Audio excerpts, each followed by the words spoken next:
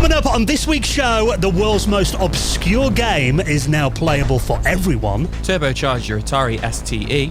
And we go inside the world of LucasArts adventure games with Aric Wilmunder.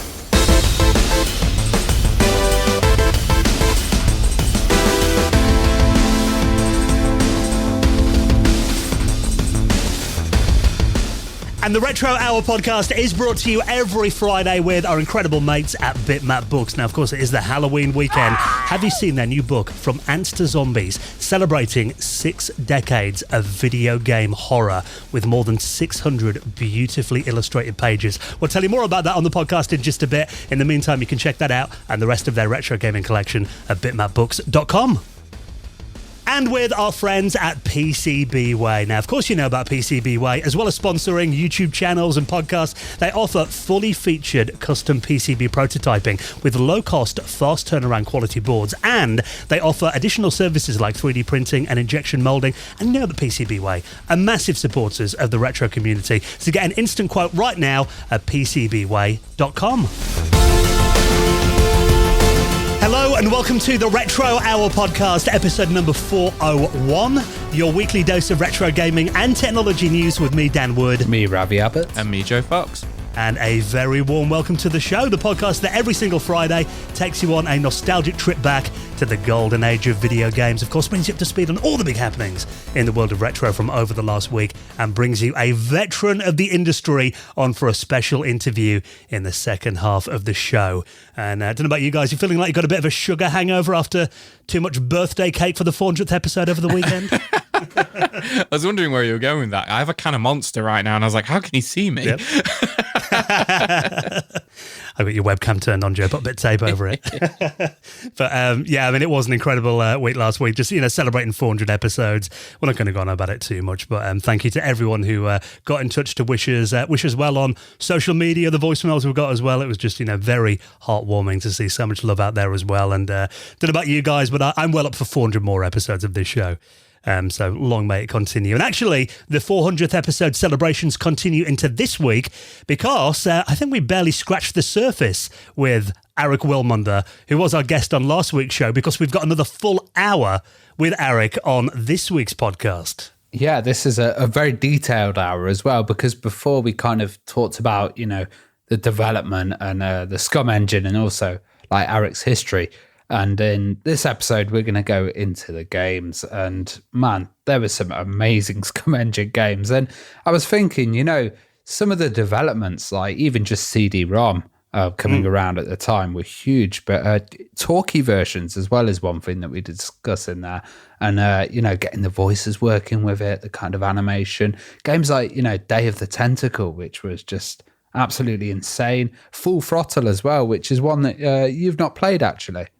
No, I haven't played that. I mean, that's the thing. There's so many of those classic LucasArts adventure games that, the Indiana Jones games, I've barely played them. Yeah. And I know we've done episodes about them. Like, I really want to sit down and properly explore these games. And that's the thing, because for those who aren't familiar, if you missed last week's show, basically the SCUMM Engine, it stood for the script creation utility for Maniac Mansion. This was kind of the in-game engine that enabled all of those classic point-and-click adventure games, stuff like Day of the Tentacle, the Monkey Island games as well. And really, I mean, that kind of brought adventure games into the next level, because there were the Sierra games had their own kind of point-and-click interface, didn't they, on games like Leisure Suit Larry? Which we talk about as well in this interview. Yeah. We do actually, kind of how LucasArts kind of viewed Sierra's games as well. But you think before that, most adventure games were type-in games, weren't they? And then SCUMM came along, give you a really simple point-and-click user interface and that verb system as well. And, just a legendary interface that enabled all these classic games that we grew up playing. So this week, I mean, we kind of dropped off the interview last week after the introduction of Monkey Island 1. We kind of got up to there. So this week, we're going to take it basically from that through Monkey Island 2, through a load of those incredible games, the Dig through as well. Voice as well, video, 3D, and how much that engine developed. Yeah, and then the Curse of Monkey Island that came out in 97 was the final game that used the SCUMM Engine. So we talk about that, kind of the end of it and why that happened and how Aric felt about that. So you're going to really enjoy this. And we had some lovely comments last week, people saying it was one of their favourite interviews we've ever done, and definitely is one of mine as well. So more from our guest, Aric Wilmunder, the co-creator of the SCUMM Engine, affectionately nicknamed the Scum Lord. He'll be our special guest on the show in around half an hour from now. But of course, the first half of the podcast, that's when we geek out about what's been happening in the world of retro from over the last week.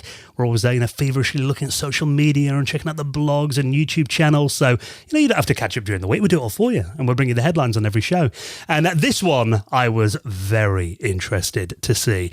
Now, you guys know that I've got a bit of affection for failed consoles, what some people might call crap consoles. Yeah. I can't say that I'd agree with that. Yeah, definitely. Big fan of the Jaguar.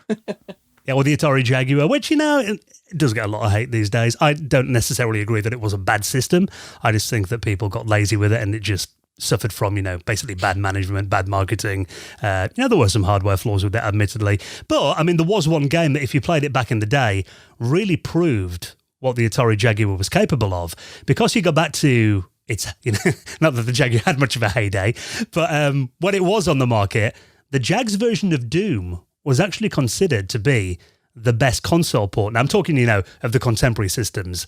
If you put the Atari Jaguar Doom up against the version on Xbox Game Pass, probably would wipe the floor with it, admittedly. But you compare it to systems like, the Super Nintendo that was out then, or even the 3DO version that was notoriously rushed and awful. The Jaguar actually had a really good version of Doom back in the day. Don't know if you guys have ever kind of watched videos or played that version before? Yeah, you know what? The different ports of Doom always kind of confuse me. Like I struggle to keep up with it because it's like every single one is like, oh, the SNES version's got a really good, I think it's like, don't quote me on this, but it's like the SNES version's got a really good soundtrack, but it's got terrible graphics.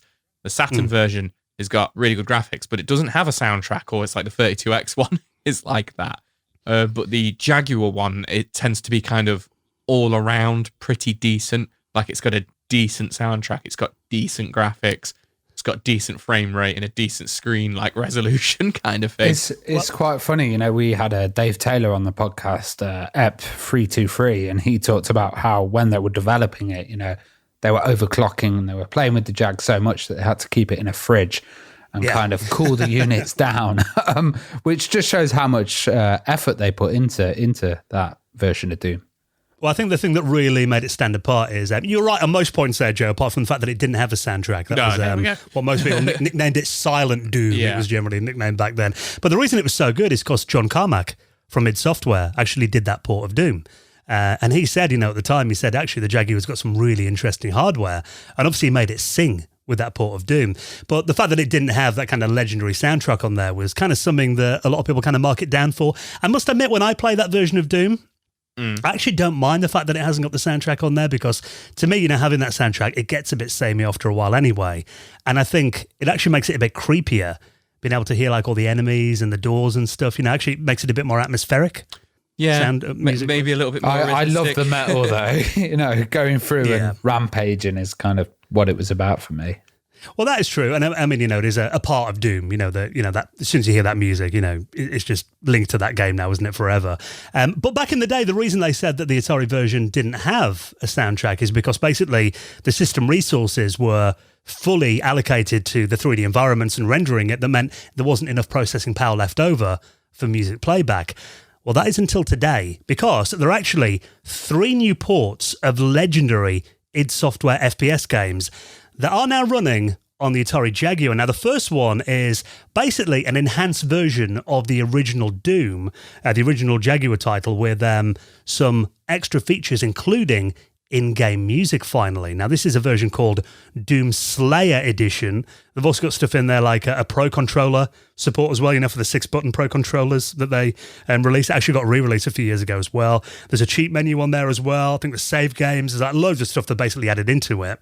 So you've got that new version of Doom for the Jaguar. But interestingly, they've also ported Doom 2 and Heretic for the Atari Jaguar now as well. Yeah, that is interesting, because obviously it never got Doom 2 or Heretic. And Heretic, I think, was ported to PS1 and And I've never actually played Heretic. I've always liked the look of it. You know, it's medieval Doom, isn't it? Medieval Doom, pretty much. Yeah, kind of. Raven Software as well. They kind of, worked with it and developed it, and it's kind of like fantasy Doom.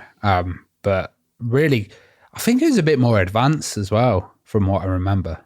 Yeah, it was a later game, wasn't it? I don't think much later, maybe 6 months or a year later. But at the moment, these new ports, I mean, there is a YouTube video that I'll link up in our show notes. It just turns out this week, a lot of the stories we talk about involve watching, 40-minute plus YouTube videos, because, it's just the way it's gone this week with the news. This video is at 2 hours and a quarter long, but luckily they have put chapters in there so you can jump through it. It was basically a live stream from a YouTube channel called Zero Page Homebrew, who've got the world premiere of these 3 new Atari Jaguar Doom and Heretic ports. So you can watch and basically, skim through and see what they've done. Now, the Slayer edition, is pretty much the original Doom, runs just as well from what I can see. There may be 1 or 2 frame drops. I mean, I haven't played the original Jaguar Doom for a while, but, I think the sacrifice is worth it if you've got the music on there. Definitely doesn't look that much different. Doom 2, which was really just built on the same engine anyway, wasn't it? So, I mean, if you skim through this video to about the 1 hour 40 mark, you can see Doom 2 running on there as well. And I've got to say, frame rate, I think, looks really smooth, very playable. It looks like it's pretty much a finished port as well. So it looks pretty close to completion, which I imagine, if they've got the original Doom engine on there already, it wouldn't be that much extra work to get the Doom 2 maps on there. Yeah, it looks pretty complete. Heretic is quite a way off. It's more of a kind of proof of concept. But yeah, Doom 2. I think it had. Sorry to interrupt. I think it had extra features as well, like look up and down and stuff in Heretic. So it might have been harder to implement. And it looks like some of the palettes and the colours aren't correctly done in it. Well, the big thing about the Jaguar version of Heretic so far is, if you watch this demo, I think frame rate wise, it looks decent. The enemies don't do anything. Yeah. They're just going to sit there. The enemies don't do anything. It is quite muddy looking, but I know Heretic can hex and darker games. So it does look a bit muddy, a bit washed out. But yeah, it's funny to watch these gargoyles and mummies just kind of stand on the spot doing nothing, or just trying to like moonwalk on the spot. But it's weird because they kind of look at you, they follow you with their eyes. Yeah, the 2D sprite still kind of follows you. And like Ravi says, some of the graphics, if you will, like the bottom menu and stuff like that, the colours on it are all like inverted and stuff. But, to have it running on, the original hardware there, considering I know it's meant to be 64-bit, but ultimately it was pretty much a 16-bit console. It looks good. Oh, let's meet in the middle, Joe. 32-bit. Come on, can we agree on that at least? But yeah, I mean, that's the thing. These look really good. At the moment, you can watch this video. Like I said, it's a world exclusive. There's no release dates for any of these at the moment. But looking at this, it looks like that Slayer edition and Doom 2 are, pretty much ready to go from what we see on this live stream. Like I said, Heretic looks early stage. Probably going to be quite a bit more work on that. But hopefully, I mean, fingers crossed we'll get that new version of Doom and Doom 2 for the Jaguar, which, I know are going to be free, and they're going to charge money for these because, Doom's open source now anyway, isn't it? So hopefully they can just shove that on a server somewhere, and if you've got one of the flash cards for your Jaguar, you can give it a download and hopefully play that soon. So it's always nice to see the more obscure consoles getting a bit of love and getting some homebrew activity, I think. Now, speaking of obscure consoles, how many of you guys have got a Nokia N-Gage in your collection? I haven't got one. I don't think. No? I was racking my brain when I was reading this story earlier on. I don't think I've ever played an N-Gage, Haven't you? No. I remember having them at college, and people would have the N-Gage and stuff, but they'd always kind of do this thing where they were like, don't play it for too long because the battery power's going to run out. Need to take a phone call later. That's brilliant. Well, for people that don't remember the N-Gage, I mean, basically it was Nokia's 2003 attempt basically combining a mobile phone and a games console. And actually, interestingly, it did just celebrate its 20th birthday. It was released on the 7th of October in 2003. There were quite a lot of design and functionality issues with the N-Gage. I remember the biggest ones were, it obviously had that kind of awkward design, didn't it, with the placement of the buttons, and obviously had to incorporate the phone speaker and microphone. And I remember the thing that everyone ripped it for is when you took a phone call, I think it was nicknamed side talking. You basically had to hold the edge of the device to your face to make phone calls, which looked pretty ridiculous. But it's also, this was at a time when, mobile gaming was like Snake. Yeah. And that J2 ME stuff, which was kind of a bit later, the Java gaming. But this really had, 3D games on it. And if you look now, people are using iPhones and they're casual gamers and they're just playing some amazing stuff on it. And I think the N-Gage really pushed that idea of playing on a mobile phone. It just wasn't implemented that well. So if you wanted to change a cart, you had to take the whole thing apart. And you set the battery out, didn't you? And later on, they had the QD, which kind of changed it. But by then, they'd messed up. And like you said, it's been the 20th birthday, and there's an interesting exhibition that's opened in the Finnish Museum of Games called A Fantastic Failure. And I quite like it because, Nokia's a Finnish company as well, and they're talking about, they've got exclusive stuff of developers and designs that weren't in the public as well. So, they've got like some plans there. They've got some extra stuff that's not been seen before. Do you think in an alternate reality, where they decided when the engineers are sat in the boardroom, they said, let's not put the speaker on the side, let's put it on the front. Because, that's what it's in the UK, it probably ultimately came down to looking a bit of an idiot on your phone.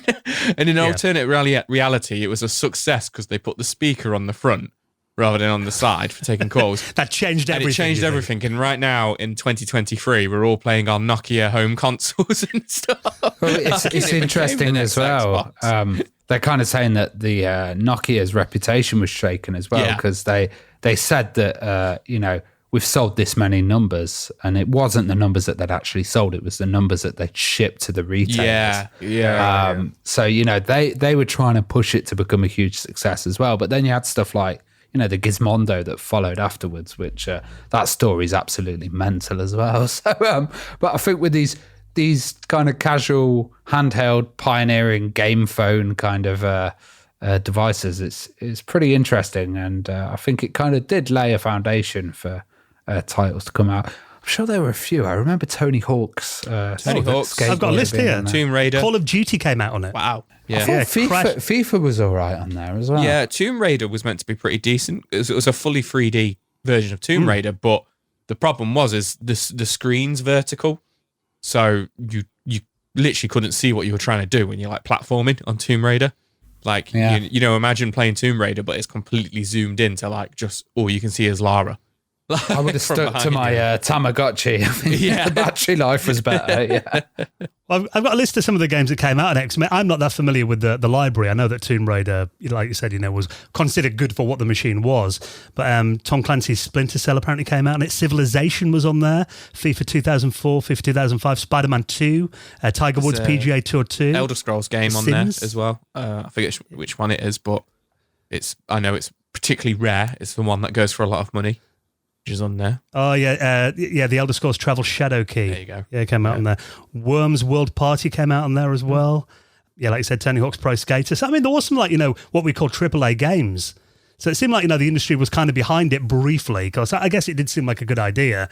They only sold 3 million of them though, which obviously yeah. And like you look at other stuff like that. Obviously later on you've got the DS and stuff that really smashed it in Game Boy Advance, but. Stuff like the PS Vita and PSP and stuff didn't do amazingly well. Yeah, so if you want to check out that exhibition that is running now in Finland, it's called A Fantastic Failure. So I'll link that up in our show notes and all the rest of the stories at theretrohour.com. Now, since we're talking about obscure consoles and failures, let's go for 3 in a row. What about the new one?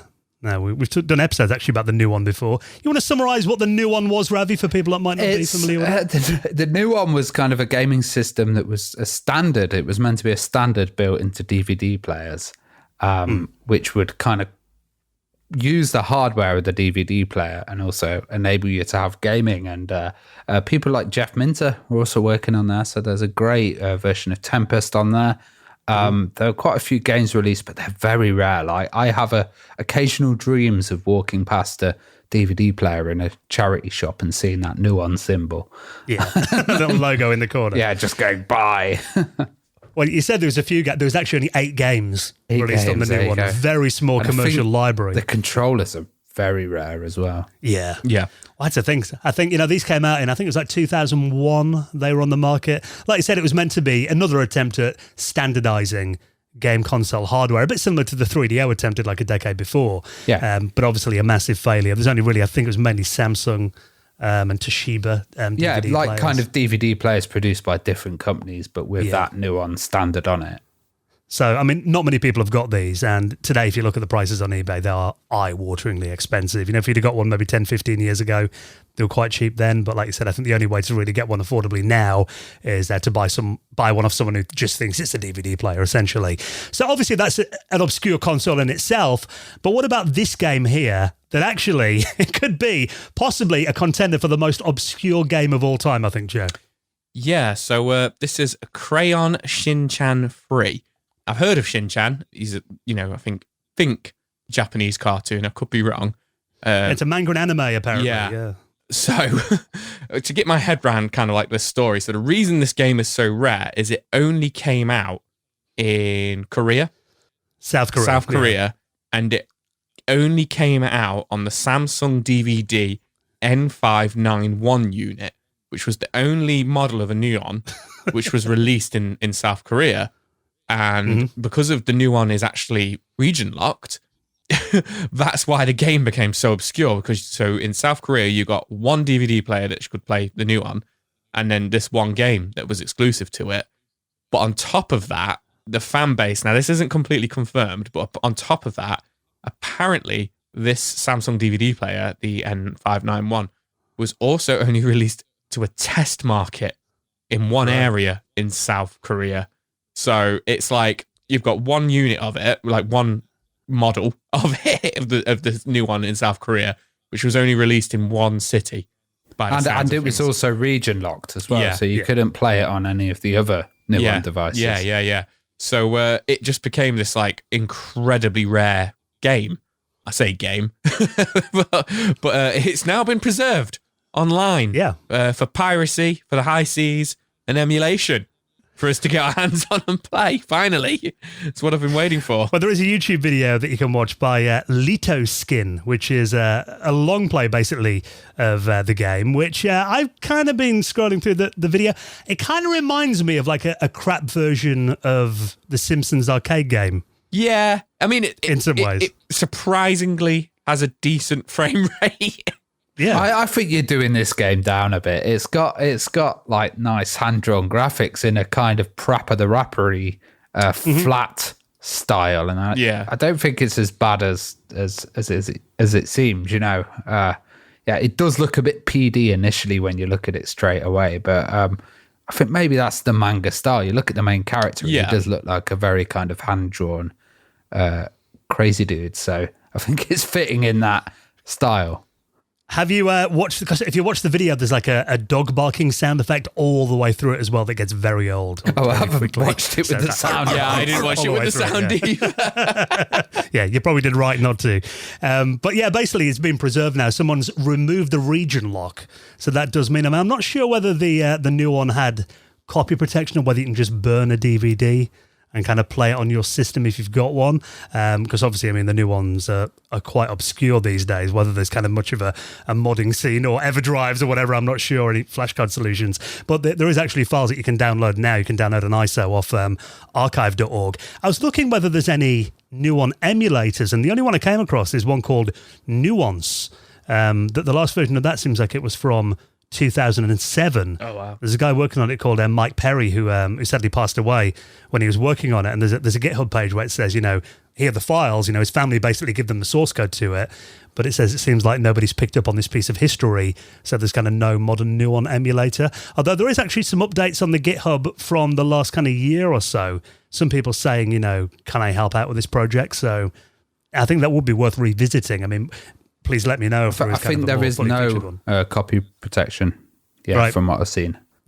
Yes, whether this Nuance emulator, I'll have a little play around with it this weekend because it does sound interesting. I've always quite fancied exploring the Nuon library, and if I got one, because me, I've almost got a full Atari Jaguar collection. So I think in my mind, I think if there's only 8 games for it, they're probably quite attainable. But yeah, I don't think they you are. see, other people go for like higher end, better systems. You're going the opposite direction, lower down.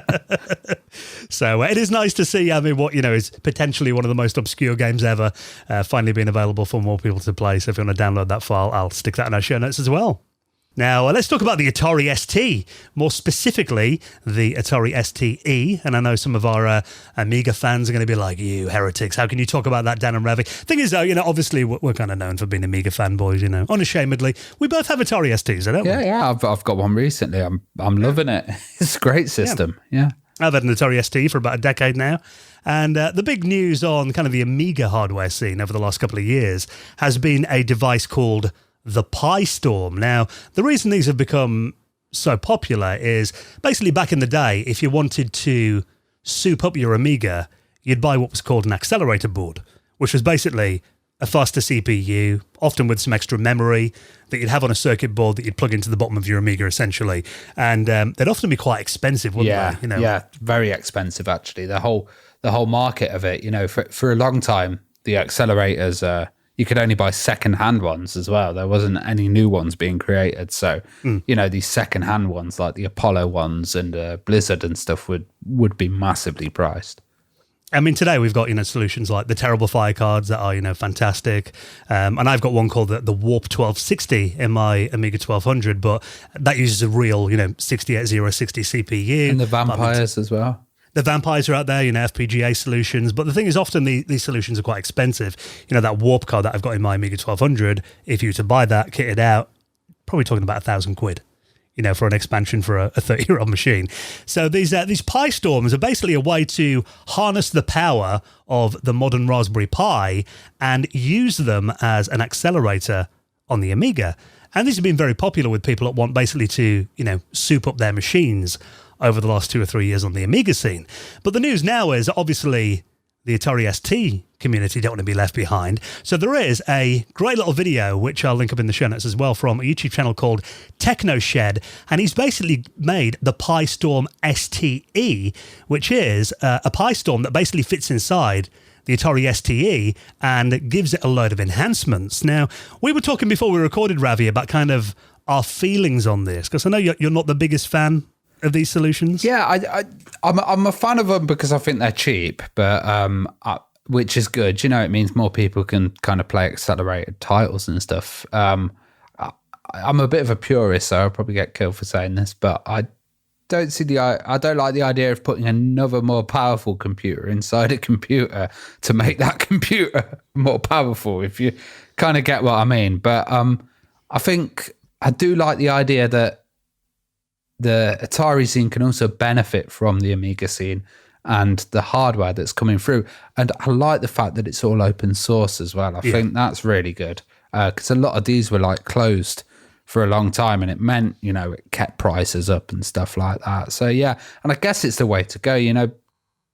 The older hardware is getting more expensive, getting CPUs as well. And with this, you can upgrade the firmware, you can upgrade it, and you can add new features in there. You can utilize stuff like the Ethernet in the other ones, but this one's an actual modified like little board that's obviously going to start out for the STE, and then eventually they'll add like extra functions and it'll grow and grow. But I've always kind of seen this crossover as well. I think with the Vampire, you could also do Atari modes on it and load Atari stuff. And I think that's really nice, actually. And I'd love to see, Pi Storm Mega Drive one day, or it going on to other systems. I just also think, like, what software are you going to run on that? That's always the kind of question, isn't it? I see people running, what's it called? Elite and what's that one? Oh, Frontier. Frontier, that's it. Yeah, they always run Frontier as like, look how smooth Frontier's running, but it's still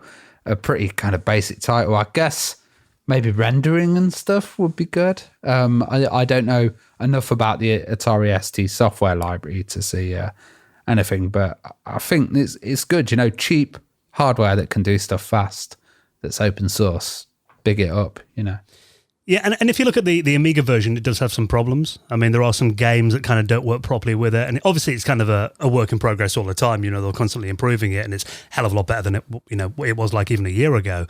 So I think that's one good thing about having it on a machine like the Raspberry Pi, that you can just take the SD card out, update it to a new version, put it back in, and it gets better. And like we said, this is it's very early days.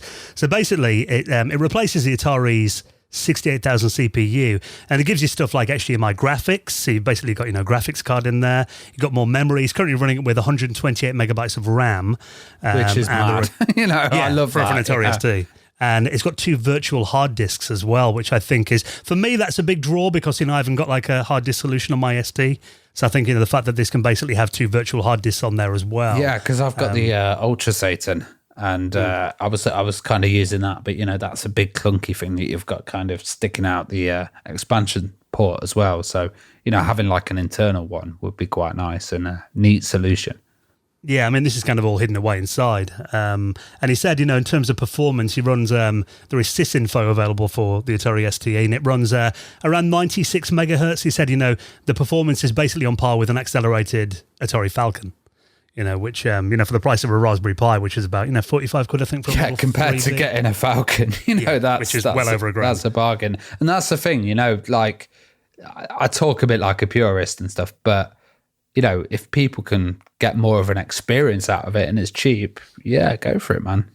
Yeah, to me, these kind of fall halfway between emulation and original hardware, because you are still using stuff like, for example, when I've got it in my Amiga, I'm still using the Amiga's graphic chips on there if I want to, or I can change it for the RTG. I'm still using the Amiga's floppy drive and the Amiga's mouse and the Amiga's display output and audio chips. So to me, it's basically, like a souped up accelerator card, really. That's the way I look at it. And when it's hidden away inside the machine, you don't really notice that it's running on a Raspberry Pi, because, when the experience gets that good, that it behaves like, an original CPU accelerator. I think for all wants and purposes, you can treat it as such. But obviously there's other stuff like the MU68 as well, which they might be able to add on to it. I'm not quite sure technically about the details there, but I think it's good that both systems can kind of benefit off similar software and doing similar things as well, and having a standard that's kind of similar.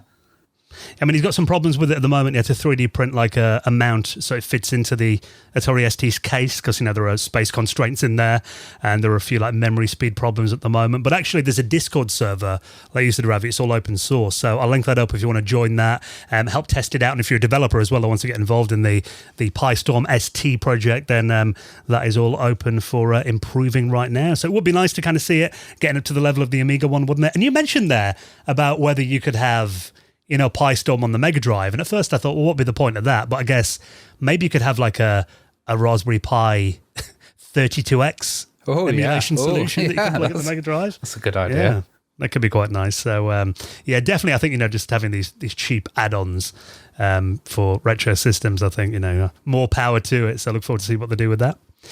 Now, obviously, Halloween weekend, Joe. You got your spooky games ready for the weekend? Spooky games. You know what? Yeah, got them. I've not.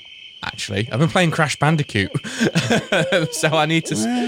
I suppose if you bumped into Crash Bandicoot in a dark alley, it'd be pretty creepy.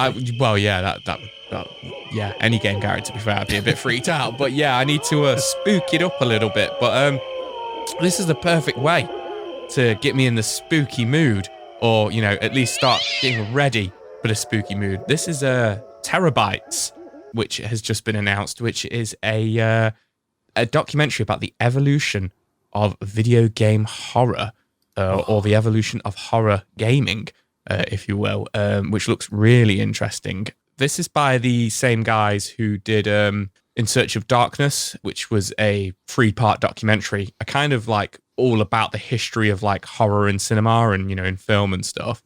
And kind of like the next step is, fresh off the back of that, is to go into, well, let's talk about it in video games, because of, you've got your Resident Evils and your Silent Hills and stuff, and Alone in the Darks, which kind of like made it huge in the 90s. But this is giving you like, there's so many more decades to it, in the 70s and 80s, the roots of horror in gaming, is embedded from so much before that. And it's really interesting because it's kind of in pre-production at the moment by the looks of things. And what's kind of cool about it is it's they're not looking to do this as a Kickstarter or anything like that. But what they are looking for is for people to kind of give their opinion on it.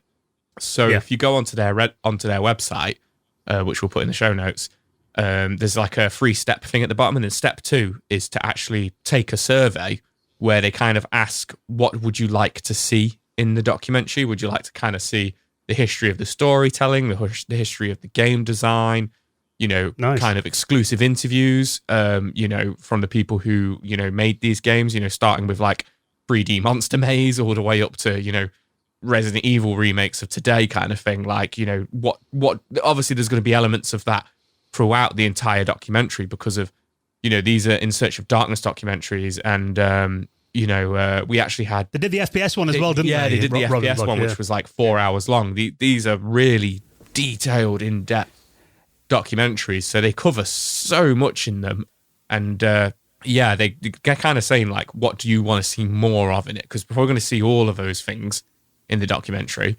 But, I'm really excited about this. And the FPS one, they had, like, John Romero on there and John Carmack and stuff. So they don't just get, like, any old person on it. They get, like, the heavy hitters involved. It's weird because I'm a total wuss. Like, I don't like to watch, horror films and stuff like that. But horror games, Darkseid and stuff when I was a kid came from the desert as well. And then going into, obviously, your loves, Resident Evil and Silent Hill and stuff, we all remember those games when we were first completely shook or completely scared. Yeah. And it's interesting to see the kind of evolution of that horror. And I often found with the older games, not knowing what's around the corner or jump scares and stuff like that can be done sometimes better than films. Yeah, absolutely. It's funny because growing up, my pal, my best friend at school, he loved watching me play Resident Evil. Like, he would sit there and I go, why don't you have a go? Why don't you make your own save?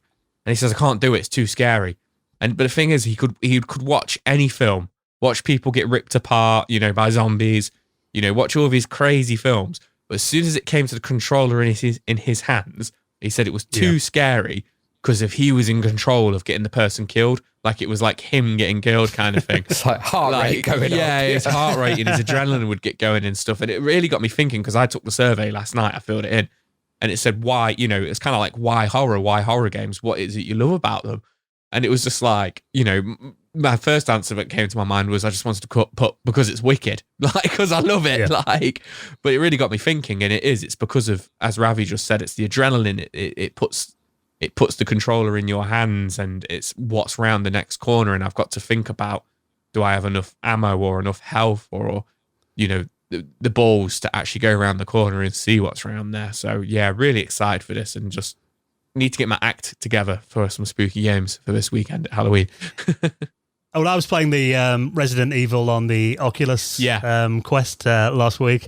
And again, it's just, I mean, when you're in that game, if you run out of ammo and suddenly like all the zombies start attacking you, it's like there's nothing scary. I nearly ripped the heads off. I was like, ooh. So, I'm totally with you there. But this looks awesome. Like you said, the team behind it got some really good credentials as well. And I think, in terms of kind of communities of gamers, the horror gaming fans are definitely one of the most passionate, aren't they? Yeah. So it's nice that they're letting the community kind of steer the direction of this as well. So if you want to take that survey and check out the little teaser for that so far, I'll put that in the show notes. And of course, everything else we talk about, you find them all at theretrohour.com. Now, I do hope this weekend you guys are going to be dressed up for the Halloween hangout. I'm not. I'm like the Halloween Scrooge. Get your pumpkins out. Get your pumpkins out. I'll come as Simon the Sorcerer for you. Ah, yeah. Well, of course, it is the Patrons Hangout weekend, because last Sunday of every month, that is when we get together. Basically, as many of our patrons that want to come on, we send a link out to everybody. You can all come on and basically just hang out with us on Sunday night for a couple of hours, show off your pickups, gaming room tours, nerd out, get advice, anything you want, really. It's just a great conversation with some really nice people. So we're going to be doing that this weekend.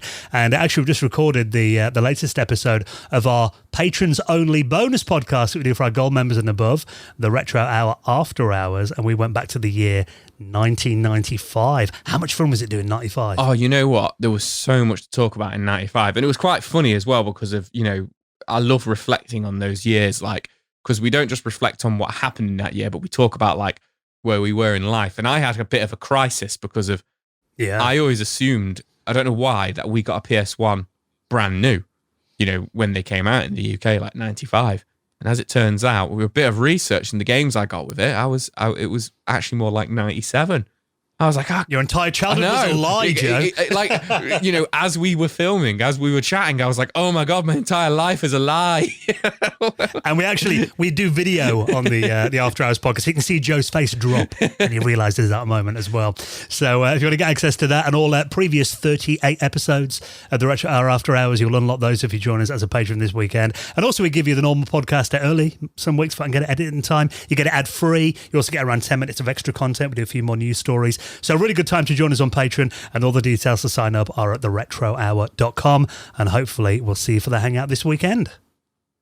Now let's give a massive thank you to our longest running sponsor, and that is our incredible mates at Bitmap Books. Now we're talking about horror because of course it is spooky season, Halloween weekend, and how amazing does their latest book look. This is called From Ants to Zombies, 6 Decades of Video Game Horror. This is up your street, Joe. Oh man, this looks absolutely amazing. I had to count on my hands. Like, I was like, 6 decades? And I was like, oh yeah, the 70s to now. That's 6 decades. I feel old. But yeah, man, wow. Just going back to what I was just talking about a minute ago with horror games in gaming and in video games, it is just absolutely incredible how much of a history is there now and how many games are actually there now. And this actually features more than 130 horror games that are analysed and contextualised across 13 different chapters. And there's I think there's about 650 different pictures of artwork and, in there as well from all these different games. And, your big ones are in there, your Resident Evils, your Alone in the Darks, 3D Monster Maze, but there's all sorts in there as well. Darkstalkers, Splatterhouse, Deep Fear, which is a proper underrated gem. Dead Space games, Fear, all sorts. Doom, obviously, just completely covered in there. And I love it because they're such easy reads, the Bitmap books, because of they're not too text heavy. They do them so well, don't they? Yeah. They just jump off the page. They jump off the page. It's amazing, and then you just get your little reads in there. You get your little paragraphs in there about the games, and it's just there's little bits of like information about it, and it's such a good coffee table read just to have on the side, and just the only thing like me constantly taking breaks from work, just to pick a book and kind of flick through it. Like, absolutely amazing, and yeah, beautiful book as always with the Bitmap books.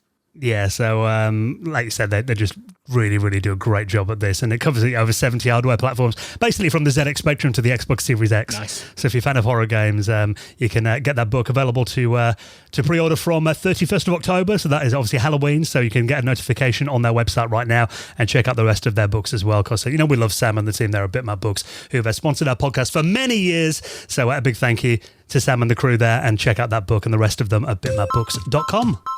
So just quickly, if you haven't left us a review on your favourite podcast app, can we ask that you take a second to do that if it's not too demanding? And if you want a good way to support this podcast, it is free. That'll just take you a couple of minutes. Because if you leave us a nice review on, for example, Apple Podcasts or Spotify, helps us get in the charts in front of new people, and basically a really simple way to get the podcast out there as well. I've been looking through. We had some lovely comments over the last few months on Apple Podcasts as well. So they're really, really, really appreciate it. Just help us, bit of inspiration to keep the show going, isn't it, when we get some lovely comments like that? So really, really appreciate it. If you'd like to leave us a comment, then please do a little 5-star review. It'll help us get in front of new people. Always appreciated. Right, then next, we're going to continue our epic 2-part interview with the legendary Scum Lord himself, going in-depth into those 90s LucasArts adventure games with Aric Wilmunder. He's coming up next on the Retro Hour podcast.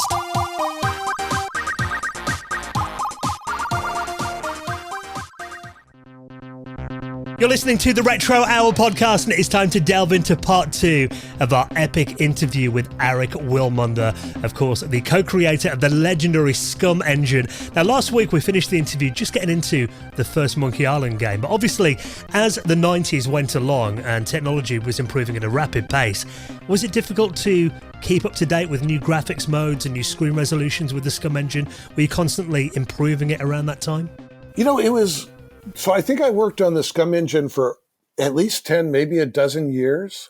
For me, it was great. It was sort of the constant in my universe. It's like SCUMM just kept going and going, going. And even after Ron left to start Humongous, there was almost a notion inside the company. So Ron and I would meet pretty regularly, every 6 months or so, and we'd go out for pizza and go, we've built this thing and nobody really understands how powerful it is and what could be accomplished with it.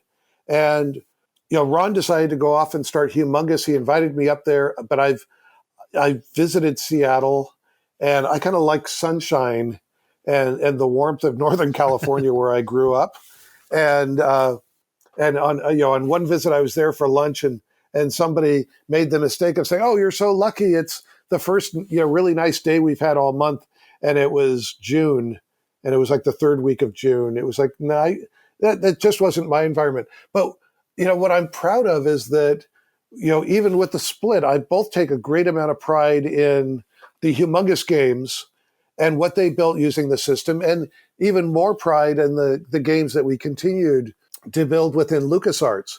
But when you talk about sort of the evolution of Scum, one of the key things is that as much as possible, it was really built as a bunch of modular pieces. It wasn't quite Lego, but the control systems were built as these independent things because you could use the keyboard and you could play it with a mouse and you could actually play it with a joystick. And in theory, you could play it with any type of pointing device and the game would work. But what it meant was all of those control systems were isolated and the sound system was isolated and the memory system, was isolated, the heat manager that we used. So all of these parts, came apart fairly independently. And what it also meant was, between every project, usually there'd be conversations starting maybe 6 months before a new project would start up. And that conversation would be, what are we going to enhance? What are we going to do this year? And I don't have a single list, but somewhere I'd love to have a list. What I've got are task lists of what are all the features. So if I look at, I've got documents from, I think, SCUMM 4.0, and it's like, okay, we're going to add this. There would be 20 or 30 things in there just for one new revision of the SCUMM engine. And so some of it was even evolving while the games were evolving. For example, Day of the Tentacle was not originally designed as a voice game. And what had happened was Ron at Humongous, because their audience were kids, they needed to have voice for that audience. Those, they were targeting kids who couldn't read yet. And so they did some experiments in voice. And a few months later, we did our own experiments in voice, but they were able to get their first products done. And sort of these side projects that I managed were, let's take some of the older games and let's add voice and let's go to DVD and, or not DVD at that time. It would have been, doing them in CD-ROM. Yeah. And the same thing with, graphics and sound. And so the sound system was fairly independent. And when you look at, I don't remember if it was Monkey 2. I think it was Monkey 2. So the iMuse system that it introduced. Exactly. When you first go into the pirate, the docks, and you can meet Wally, I think, for the first time, and you walk into each room, and the music, the sound team had developed a system where you'd have a particular musical beat, but then you could flow from the shared, I'm going to call it a corridor, but the shared walkway had its own theme. But then if you walked into the bar, it had its own theme, and it would smoothly integrate the theme from outside to inside. And then when you left, you might get a couple measures of the bar scene as you're going back into the walkway, and then you're back into the walkway theme. And so, here we are experimenting with all the triggers necessary to be able to control that, to create a much more interesting acoustic universe. The same thing's true with sound. Like I mentioned with Day of the Tentacle, there was a lot of sound that was integrated as sound effects for the game. And I remember there's a close-up of somebody making a sound or making a noise at somebody's face.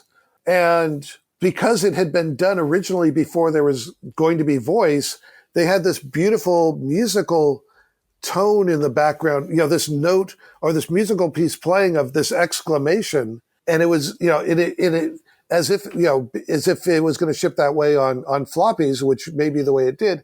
And then when we added voice, the character was saying something like "what" or whatever, whatever the term was, that now had this musical note laid along behind it that then complemented the voice and the music in amazing ways. And so what was neat is over time, we just continually made these evolutionary changes to the system. And sometimes it was numbers of colors. So we went from one version it was, we're going to go from 16 colors to 256. And then another version is we're going to go from 320, 200 to 640, 480 graphics. And that might have been Curse of Monkey Island. But if you look at them, the system was there as a foundation, but we were able to continually evolve portions of it and make dramatic graphical or sound or voice or a user interface.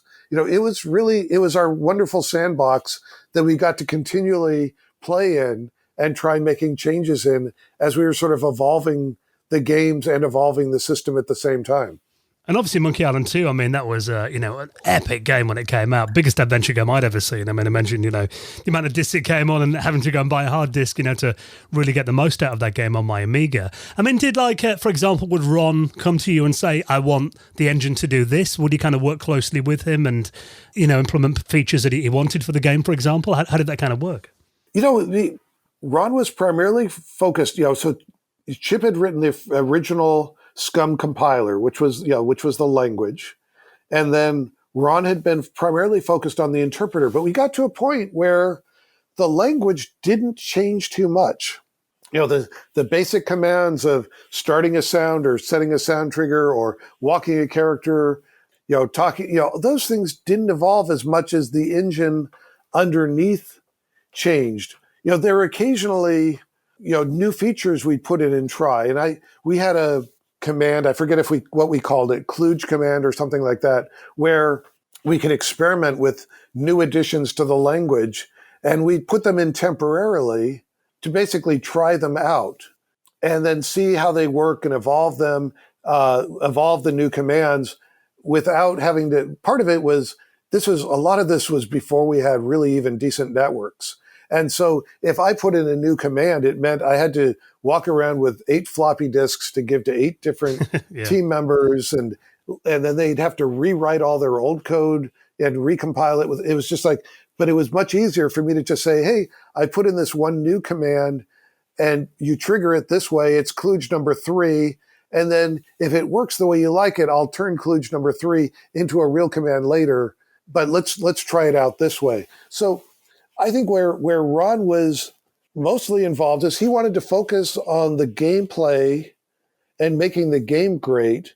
And then what he, burdened me with was, all right, you're going to need to get all these features in and working. And so that's where we would come up with these documents going through what are all the enhancements we want in the system. For example, we want really fast drawing objects, or we want objects that you can draw anywhere, or we want to be able to draw objects in the lower interface area that had only been text up till then, because now we want to have an interface where you can have graphical inventory items. And so those were the key things where we try to get those features in and as early as possible. And then the later things in the sort of the mid-range would be optimizing, which is making sure that the performance worked across all the target machines. And then the last couple of months on the project, we really wanted to have the system settled as much as possible, and then only doing critical bug fixes towards the end. We didn't want to be doing major new features towards the end of the project that could have ramifications. What was it kind of like working on the Indiana Jones series as well? It must have been great having that, out in the cinemas and then being able to see that as a game. Those were a lot of fun.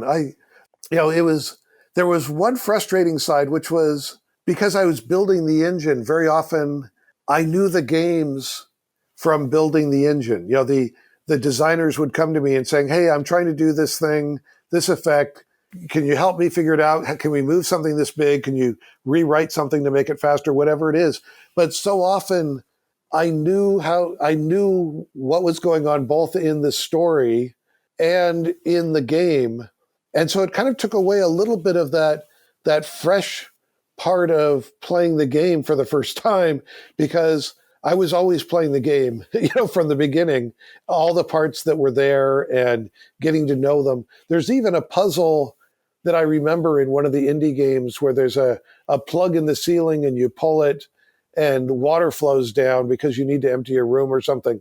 And I never even thought about the fact that, there's this other room on the other side that has this solution to a puzzle, because I always thought about it. My principal focus was trying to figure out how to get that plug in the whip animation and get the water looking like it was flowing really well, that I'd completely ignored the fact that, there's even a room on the other side of this. That wasn't my primary focus. My focus was making that, the room before it look great. And I guess you guys were kind of play testers as well. The whole organization, we had a philosophy of everybody in the organization is on the project. We all take ownership of it.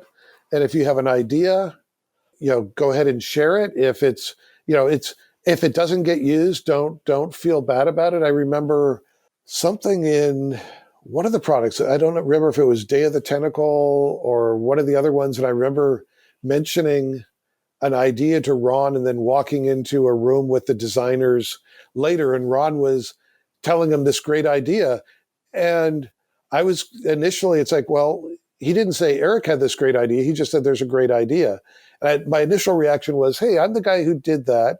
And I could have gotten all surly. And then I realized, no, it's actually his job basically as a director is to take and filter all the ideas that he hears and try to combine them into a coherent story that gets the best of all of these, all of the talent that's out there.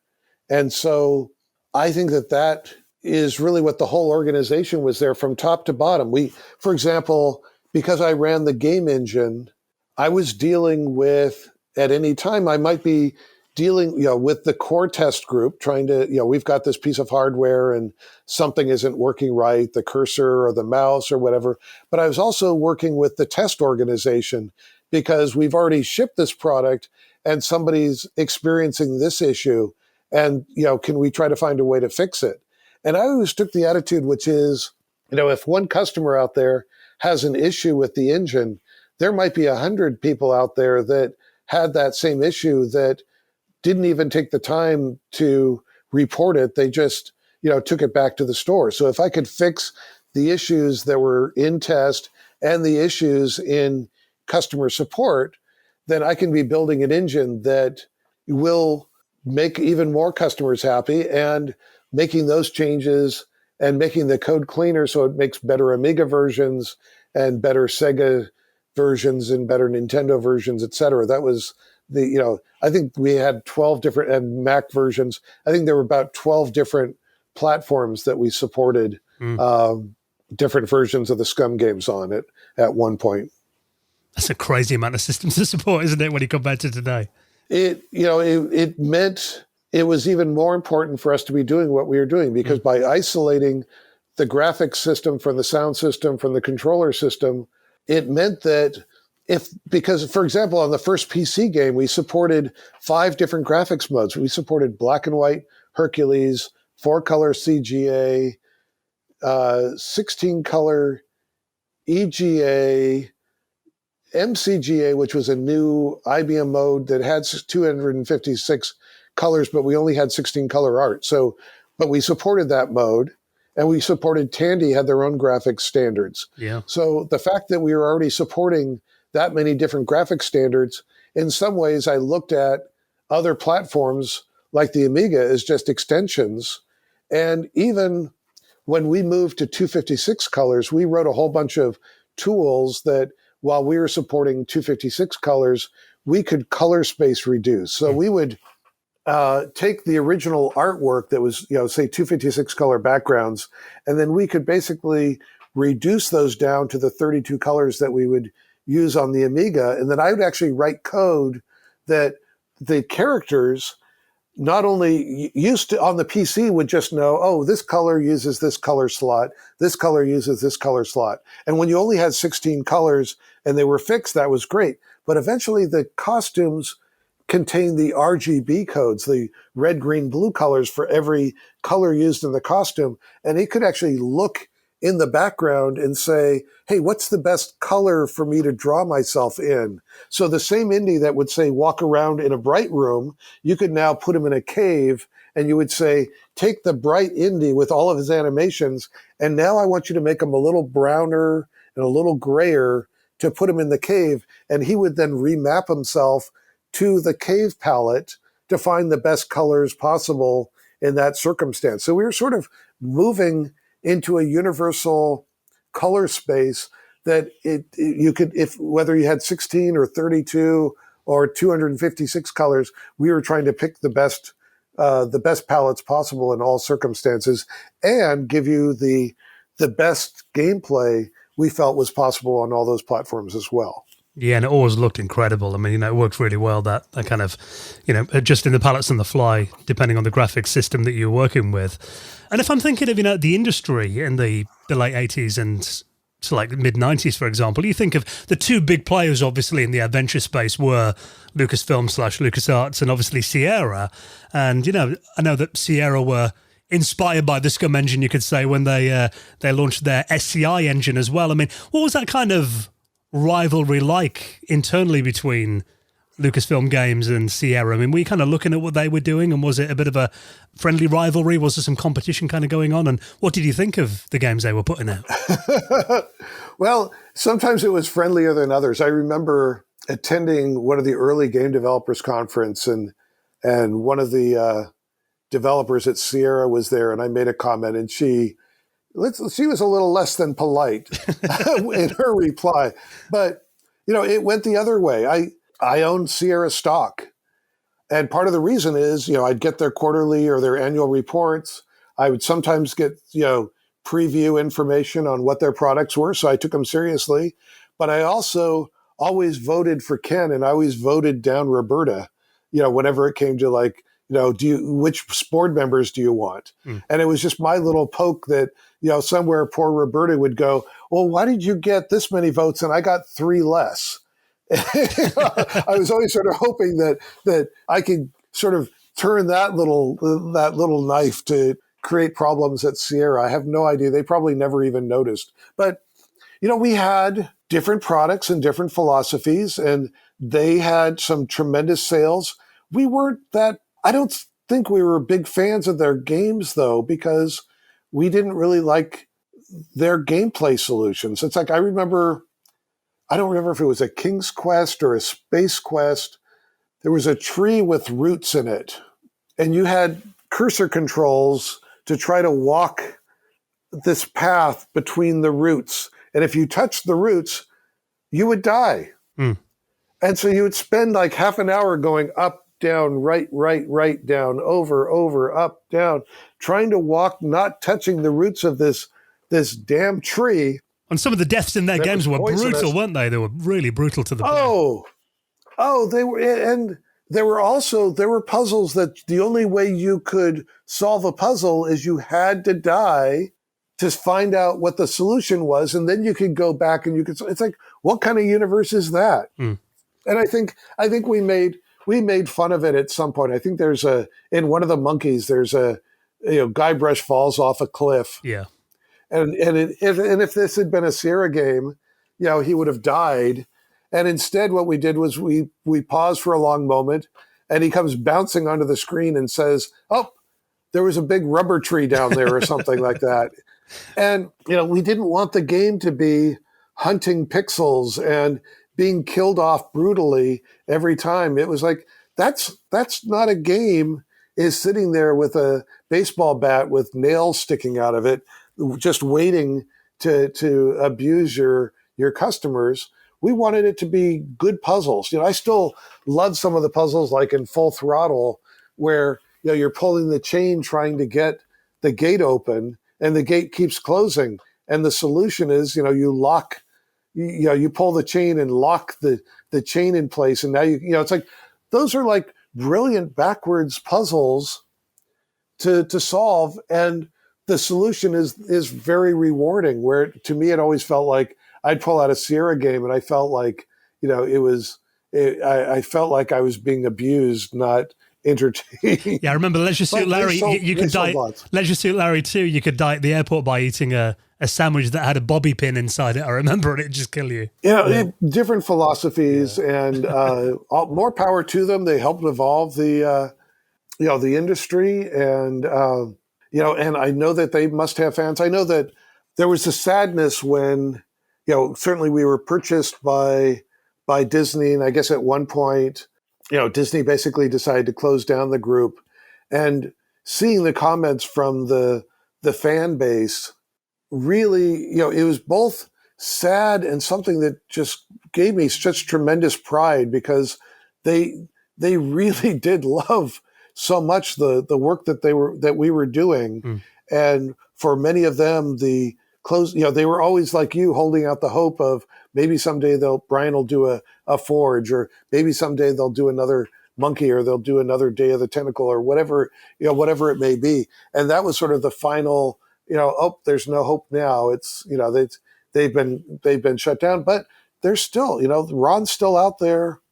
David Fox was still out there, with the new Monkey. It's a different style of animation. Thimbleweed Park as well, which was another. Exactly. So we're still seeing an evolution of this type of game, and the audiences still love them. I was wondering, Lucasfilm Games, like, how much did they get from other departments, like Skywalker Sounds and stuff? How did they benefit the games and development? It's many, many ways. So I mentioned how early on that, the Fractal engine was conceived by Lauren Carpenter, who created the Genesis effect for Wrath of Khan. I can tell you an Amiga story where we were doing one of the first Amiga projects, which was Zach McCracken. And David Fox had done the original, was the project lead on it, and Matt Kane was his number 2 programmer. And Matt was a sound designer, and Matt was a musician. And so, we went from Maniac that might have had 50 sounds in it to Zach, which had well over 200, and all kinds of sound effects. And here I was in charge of the Amiga version of Zach, and I was working with a programmer, I think out of Utah. And I got a call one day, or I was checking in to see how progress was. And what I heard was a story about, hey, I'm working on the sounds, and this morning I was trying to do the sound of the egg splat inside the microwave. And so I went out to the store and I bought a bunch of water balloons, and then I set up the microphones in my bathtub, and I filled my bathtub half with water.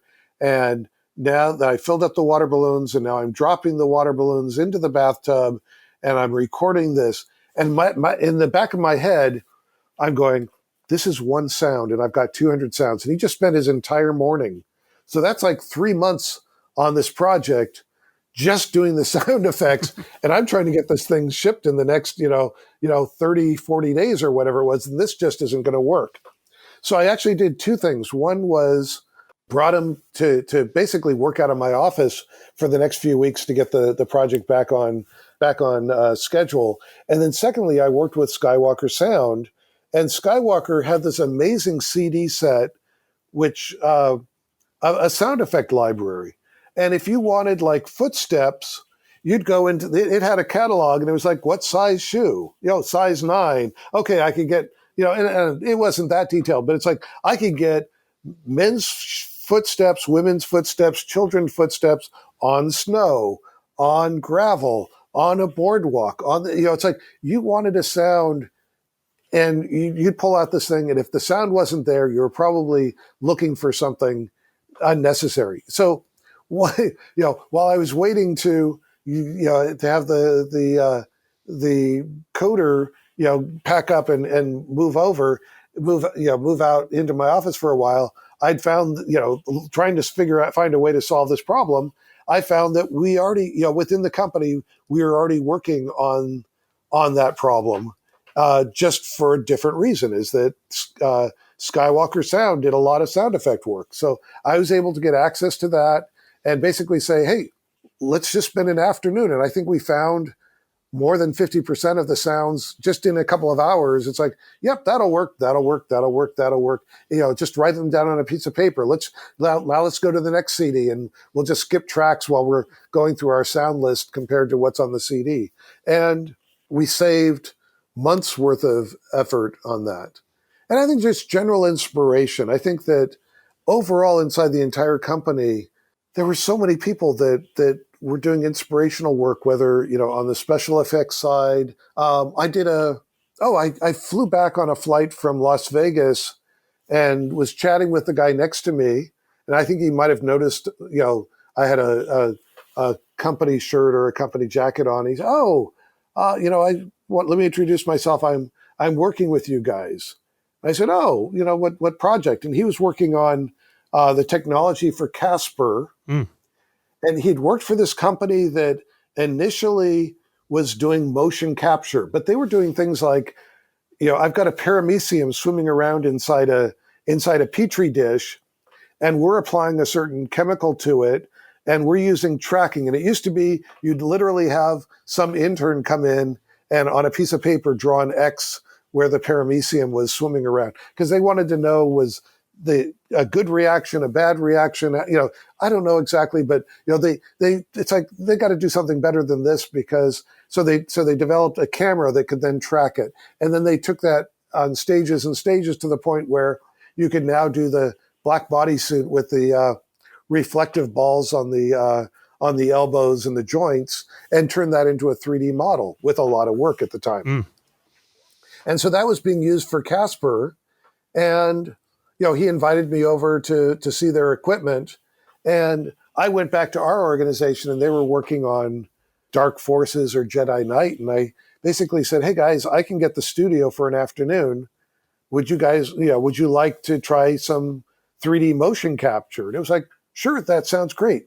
And what was amazing to me was that the human brain has been evolving to see human motion for, let's just say, 1 million years, and then all of our mammalian ancestors for millions of years beyond that. And so we're basically designed to be able to look at something maybe a football field away and try to decide, is that a threat? Yeah. It's like, is this person something I need to be worrying about? And all those little details in our eyes and our brains learn to recognize those. And yet, as the 3D animators were doing this, they were moving the elbows and they were moving the shoulders and they were doing little movements, but they weren't human movements. They were very robotic because they were moving joints. And what we did is, we were able to take this 3D motion capture and apply it to the models that we had, and everything changed because suddenly they moved like human beings. So even though they were low pixel count and very, very crude 3D models at the times, they moved the way human beings did. They, the head turned and then the shoulders turned to follow. The arms would move in and out with the chest as the chest was breathing. You get all these little subtle details that a regular animator was very challenged to try to be able to get that level of detail in these. And so there was another case where working across the organization. And then there was just, sort of the inspiration from George himself, because George saw that at some point computers and movies were going to intersect. Yeah. And he just had that notion that all these things are going to come together at some point. And he was willing to invest in our group and basically say, "Hey, I want you to try to figure out some of these things that we're going to need to know when these two areas do intersect." So we were sort of teaching the organization about interactive games. They were teaching us about movies and sound effects. And it was sort of creating this larger, communal understanding of what may be happening someday. Obviously, as the 90s went on, the games got more ambitious as well. And one that kind of springs to mind is The Dig. And, that was an incredibly ambitious game. It had, full acting, voice acting in there. Robert Patrick, Steve Blum was on it as well. A full digital orchestral score on there. Graphic and 3D animation from Industrial Light and Magic. And Brian Moriarty was initially the head of that project. And I do remember when we had him on the show, and also we spoke to Bill Tiller as well, and he mentioned that there was quite a strained development process on that game. I mean, have you got any memories of that? Because I remember hearing that they went from the SCUMM engine to trying to do their own engine, and then back to SCUMM again. I mean, you kind of remember what happened there and why? My sense was they were going to start by building their own engine because, and they had something, Story Droid or some name like that. And usually part of the development process is about, 9 months in, there is a public presentation of the game. So a typical game might take 18 months to get together. And one of the great benefits, before I go to that, is, with the SCUMM system, what we were able to do is, you could just have your background artist draw really simple sketches and go, oh, it's an island. Okay, we're going to have this volcano here, and there's an island shaped like this. Oh, and we got the circus, so we'll draw some circus. And you could just really, really quickly throw those, scan those and throw those into the game and begin connecting and go, okay, where do we want the circus on the island? Okay, you click on there, and then even if it was just a pencil sketch of a circus, you got this very quick sense of what your game universe was going to be like. And you might go, oh, I came in from the right side, or I left going out the door on the right on this room. I want to make sure it's blocked properly so that I now come in from the left side of the next room. So you want to make sure things are connected. It's really easy to go to your artist and say, hey, I need you to flip this screen, while it's a black and white pencil sketch, and get all those issues resolved before the whole thing is drawn. And you've got, it's like figure that stuff out early. So building a brand new engine to me did not make a lot of sense. But, Brian, carried a lot of weight and a background, and we offered whatever we could help, but it was, it's like, no, we're going to do this thing. It's going to be super ambitious. I think, so my recollection, I didn't keep a list of this, but it was like, I think Brian doing it with Story Droid or whatever he called it. And then the next was, I think Noah took over and he brought it back to SCUMM. And I don't think Noah liked Brian's, design for the aliens. So I think one was like this, I think Brian's was a very jungly and a natural, lots of flying aliens and things like that, and 6-legged creatures or 8-legged creatures, whatever it was. And then Noah sort of changed that whole style to the same style, but using SCUMM. But then Noah left. And then I think Sean and, oh goodness, it wasn't Tony, probably Mike Stemley. I think they came in and they basically said, okay, well, we've got this art. Let's just see what we can build from this and how quickly we can get this project done. So, they built on the pieces that Noah had, but there's a whole nother version of the dig, which is Brian's version of the dig that I don't know what remnants of that remain. And I think one of the conditions was at that time, I was actually working on a project that I'd inherited called, actually, Mike came up with the name. It was basically a post-World War II indie story where, I wanted indie to be a little bit tougher. In the early stories, the Nazis were just bad guys and they were little, you could almost poke fun at them. But after World War II, I wanted an indie who'd seen the atrocities of what the Nazis had done. And he ends up teaming up with a Russian sniper, a woman who she had been captured by the Germans and had been in a German POW camp with the Russians there. And the POW commander was sort of this Mengele type character where he was using the Russians to do experiments on. And so there are lots of very deep emotions. And there's also, of course, the, indie with any woman, there's always this interesting interaction going on there. So the neo-Nazis, the war is over. They've moved to South America. They're trying to basically restart the war so they can use pitch blende, which has low amounts of not uranium, but atomic activity. And if they could refine that, they might have been able to create a nuclear bomb. And the Russians found where Hitler had committed suicide. So they had a piece of his skull, and that's actually stolen from the Russians.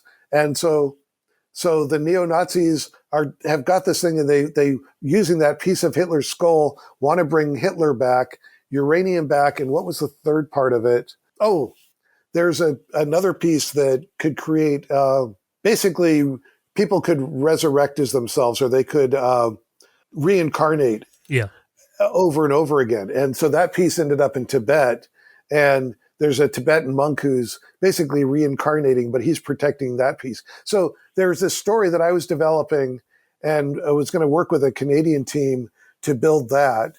And I think after all of the other challenges with the dig, one of the agreements with Mike and Sean was, we need somebody full-time working on the system. We can't have Aric off working on a game design. So I came back to basically build the game engine for the dig. And the only thing I have to show for the work that I did is I got some great design docs on it, but actually it got turned into a 4-part comic book by Dark Horse Comics. So at least there's a piece of it that got out into the public.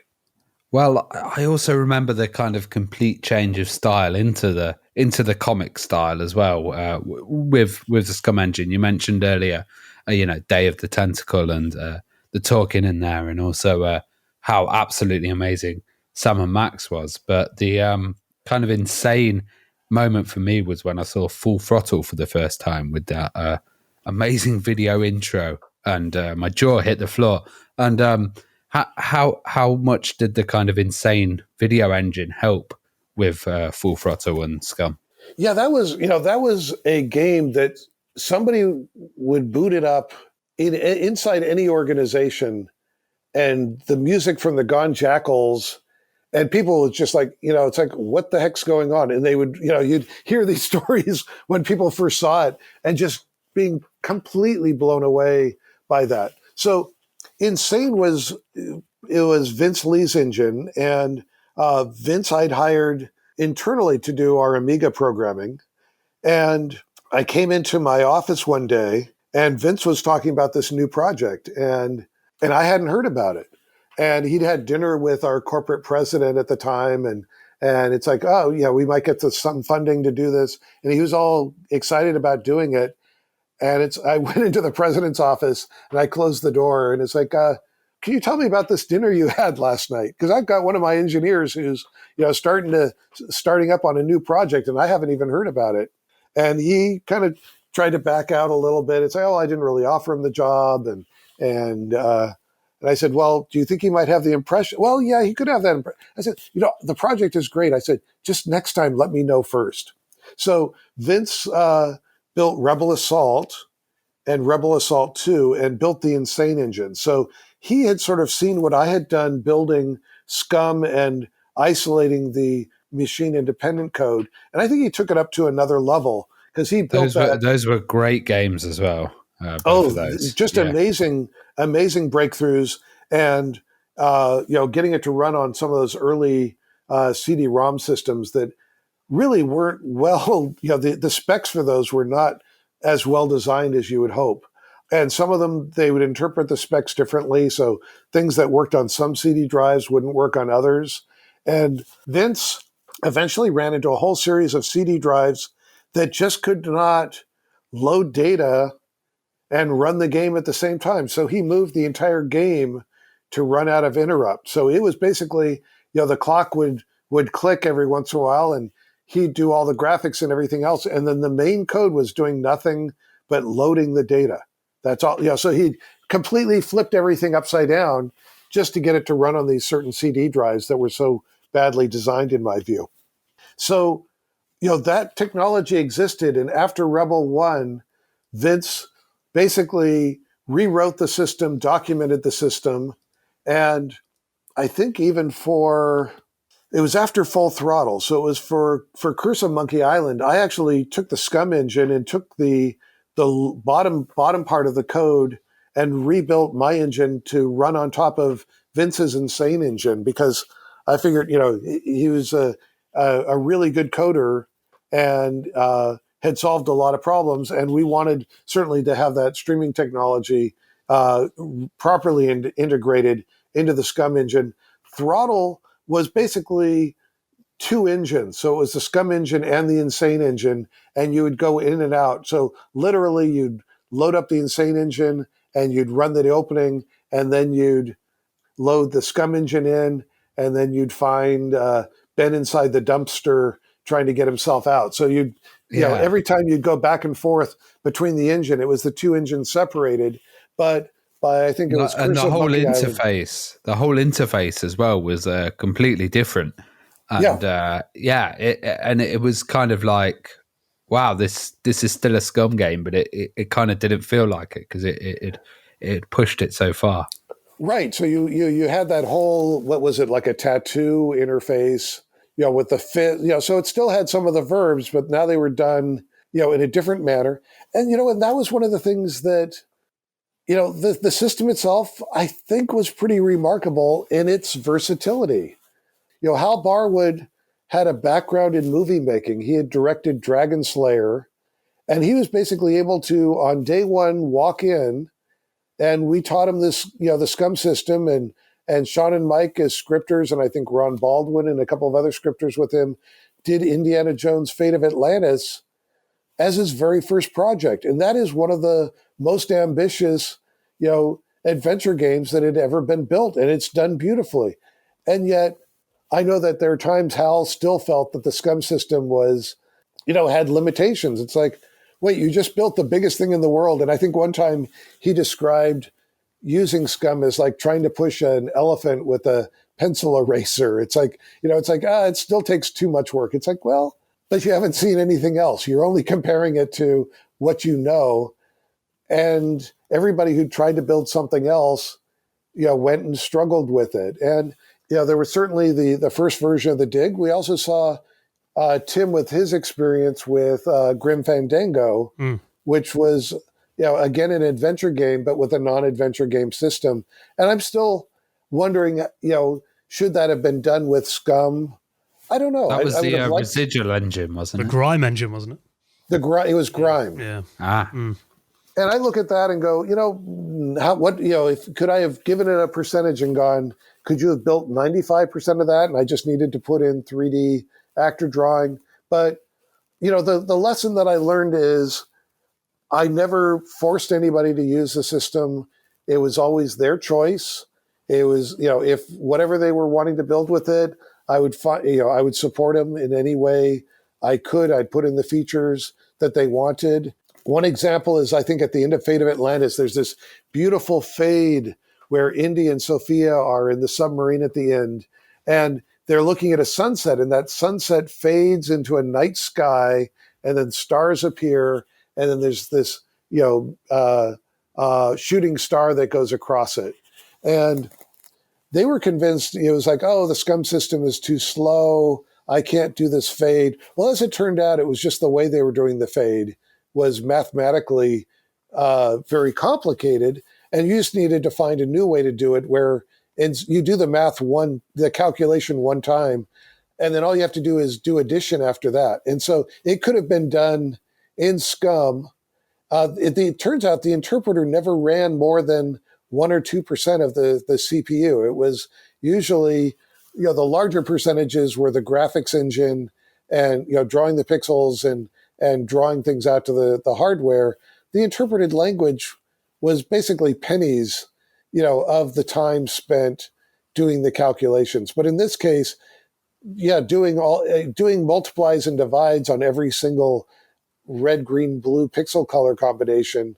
Well, you just do that divide, you know, the multiply and the divide once, and then you can, like I said, you just do it with addition, and now that's really fast. So that was one command that I put in there, but I really never made it a permanent command. It was just it could have actually been done in SCUMM, but it wasn't worth the fight to show the team how it could be done as a script. It was just like, okay, I did it. Let's just ship the product and get this one done here. I think, you know, the last major game at Lucas that used the SCUMM engine was Curse of Monkey Island that came out in 1997, and that was, you know, one reason that I left the Amiga behind and got a PC, because I wanted to play that game, and it was an incredible game. And you mentioned about the interface changes there as well, and that really simplified everything. I mean, rather than having the inventory at the bottom and the menus. It was all, pop-up action menus, and you had the inventory chest as well. Really logical, really streamlined too. I mean, was it kind of difficult to improve it to that level? And why do you think that was the last game before they moved into the Grime engine? And were you disappointed that they didn't continue with Scum? I take a lot of pride in that last, in Curse, because it was such a beautiful game and the animation was so stunning. And then the fully integrated Insane engine and the opening scene with the video on it. And it was like, oh man, it's just so, it's so lovely to look at.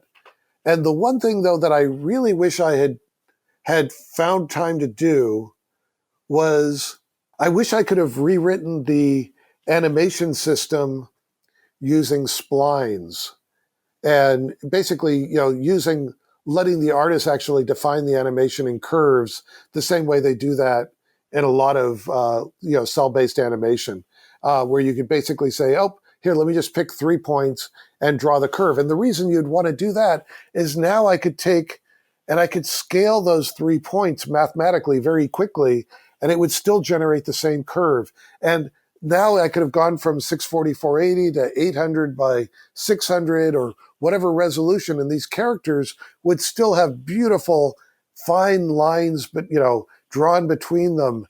And maybe that's what would have happened after Curse. Is I really wanted to be moving towards drawing technology that was independent of the resolution. So whatever your screen was, you're running a 4K TV screen. Why shouldn't you have a 4K, animated character drawn on top of it? And even if the backgrounds had to be hand-drawn and scaled, and we found other ways to do that, a lot of time and effort went into the characters and the drawing and the animating of the characters. And I would have loved to have seen sort of at least one more generation of the system that basically made it one where wherever the future went, the animation in that work would fill the space beautifully. I sort of looked at, as we talked about how the system evolved, we started out with very simple, chip-based audio. So, the Commodore 64 had, I think it was the SID chip was their audio chip. Yeah. And it could do 3 channels and things like that. And then we moved to the Amiga and we could do digital sound effects. And then eventually, on the PC with CD, we could do digital voice. And then with later versions of iMuse, we could run multiple digital channels along with digital voice. And to me, what was amazing about that was I could see where audio, once you could get to, 16-bit audio and 44K hertz, which is basically a CD audio standard, that's pretty much as good as I can hear. It's probably better than I can hear. Better than 90% of the, sure, maybe there are going to be audiophiles out there that can hear the difference between 44K hertz and 48K. But what I saw was we had found our way to one aspect of our games, which was the audio aspect, which is this is about as good as you're ever going to need. So we found our holy grail with audio. Now, maybe there were still going to be some improvements, but we could sort of put our checkbox next to that is we figured out that technology. And I would have liked to have taken the next checkbox being, how can we make the graphics so that wherever the graphics go, we're doing as good as the display technology is capable. And so I think that would have still been a fun evolutionary step, because, I think that one of the criticisms of Scum was that it was revolutionary, or I should say it was more evolutionary than revolutionary. So there was a lot of the revolution that occurred early on, and then we just kept slowly and incrementally evolving it after that big revolution to improve the audio, to improve the visual, to improve the interfaces. We were always pushing and looking for what's the next way to do it. What's going to make this better? What's going to make this easier to use? And that's where the Scum system was so versatile that you could do all the different interfaces. You could implement Loom on it, which was the first time we put graphics, below the screen space. And then you could do these, interfaces like the Throttle interface and the Curse interface, where the designers had the freedom to be able to evolve the interfaces. And I think that we would have continued to evolve it. But you know what I find really funny is we're having this conversation. I'm sitting here on my MacBook, and I'm looking at the interface with the Finder and my browser and the settings screen and my email screen in this bar across the bottom of it. Yeah. And you know what it looks a hell of a lot like? It looks a hell of a lot like a SCUMM interface. Yeah. Now you mentioned it. I'm looking at mine, the dock in the bottom. Yeah. And it's like, wait, instead of verbs, we have applications. But in some ways, applications are verbs. But, it's like, I don't know if they were evolving towards us. We were certainly around a lot earlier than this. But the fact that, they face the same issues. They've, both Windows and Mac, their interfaces have been evolving the same way we found, to evolve our interfaces. And fortunately, I think there's much less pushback on our interfaces and our evolving interface. It's like, if you change the interface on my MacBook, I'm going to grumble a whole bunch if there's some aspect of it that I just, I like the way it used to work. Yeah. But I don't think we ever had that. I think people saw the evolution of our interfaces, and, initially it's like, I got to figure this out a little bit, but we'd always give them like a little playground. I think in Monkey Curse, it was when you first met Wally and you were trying to figure out, how the interface worked in the first rooms there. And by the time you left that room, I think you were pretty comfortable, whether you were a new user or a longtime user. By the time you left the first room, you were pretty comfortable with how you were going to control the game. There was enough that you felt familiarity, and then enough that you were excited about what you might be able to do with the new interface. Well, looking forward to, more modern times, Aric. Obviously those games have got an incredible legacy. And what do you think of projects like, for example, ScummVM and the fan community that keep those games alive to this day? I feel kind of blessed. The fact that there are people out there that love the work that you did, so much so that they're willing to devote themselves to it. I mentioned the slight one that the person from Sierra Online made, and I made some comment about games, and they tried to make some slight about, well, nobody would want your life or something like that. And I'm going, wait a second. Everybody at this conference wants my life. It's like, I'm a freaking game developer, and I've been doing it now for a decade. And these people are paying money to be here to have my life. They want to be making games like I've been doing. Here are people that are looking at what I did, and they want to learn. They want to figure out, how did we do this? How did we pull this off? What is their compression scheme? I was contacted recently by a group that's basically keeping Habitat running. This is a project from I don't know all the dates, 87, 90, whenever it was.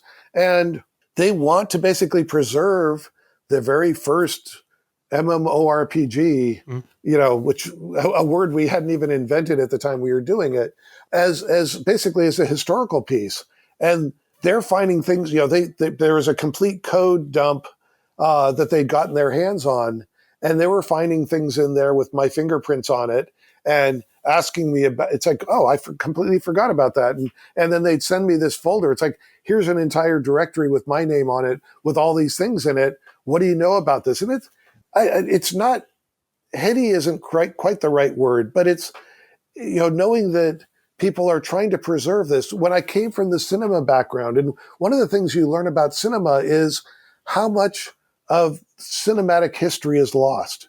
We might only have a poster of this cowboy movie that somebody saved, but cinema and film as a medium only had a very limited shelf life.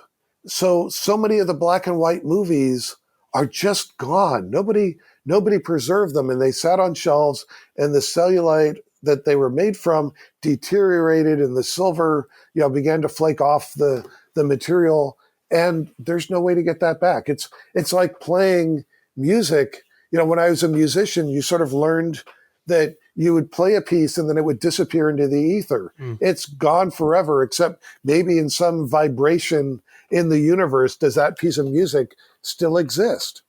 And yes, you can record it, but it's all that other music that was created. And so much of cinema has disappeared into the ether. And so, being a bit of a historian and maybe bringing in that cinematic background, I had the sense that we were doing something that historically in the future, there might be people interested in it. We were creating a new medium.